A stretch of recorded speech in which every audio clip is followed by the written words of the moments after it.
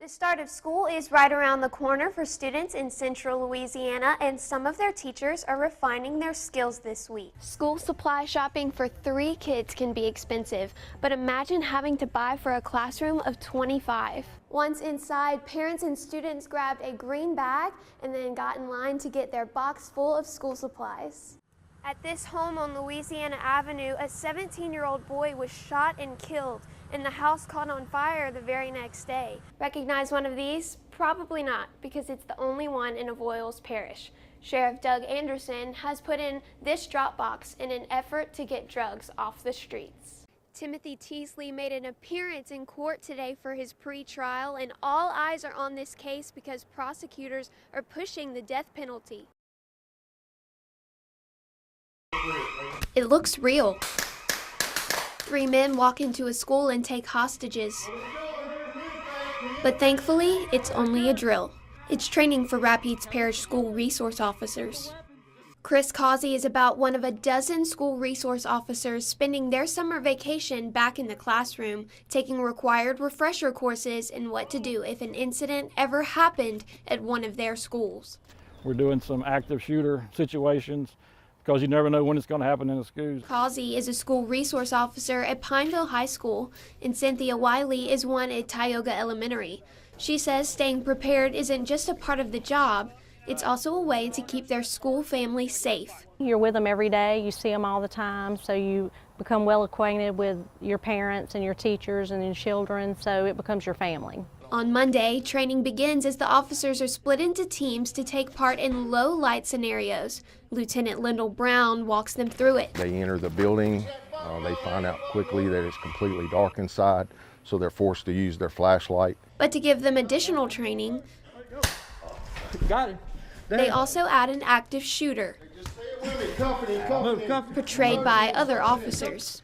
Any given time, you can have an active shooting that takes place, and they're required by themselves to go to that threat and eliminate that threat. It's not as easy as it looks. It's intense, your adrenaline's pumping.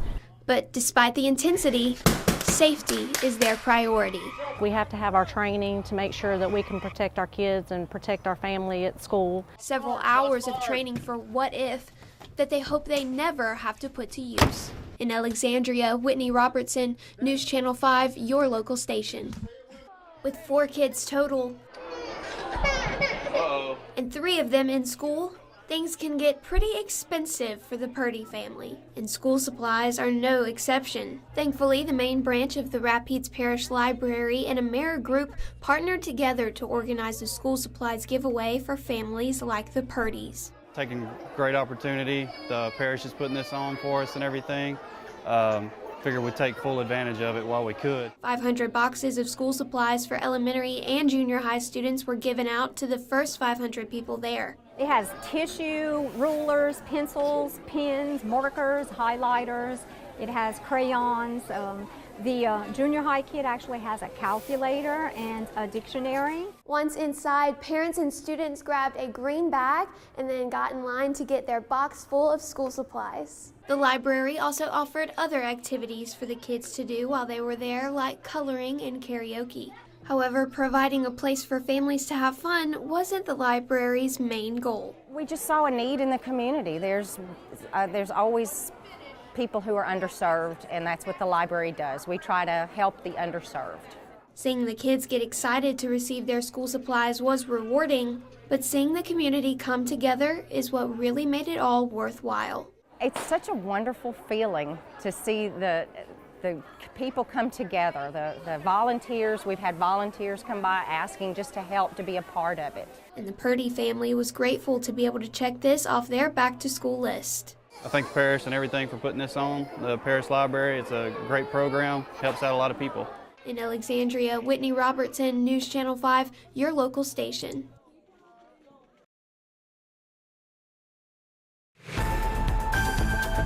From your local station, this is a local news update. Good morning, it's 6:30 a.m. and I'm Whitney Robertson with your News Channel 5 update.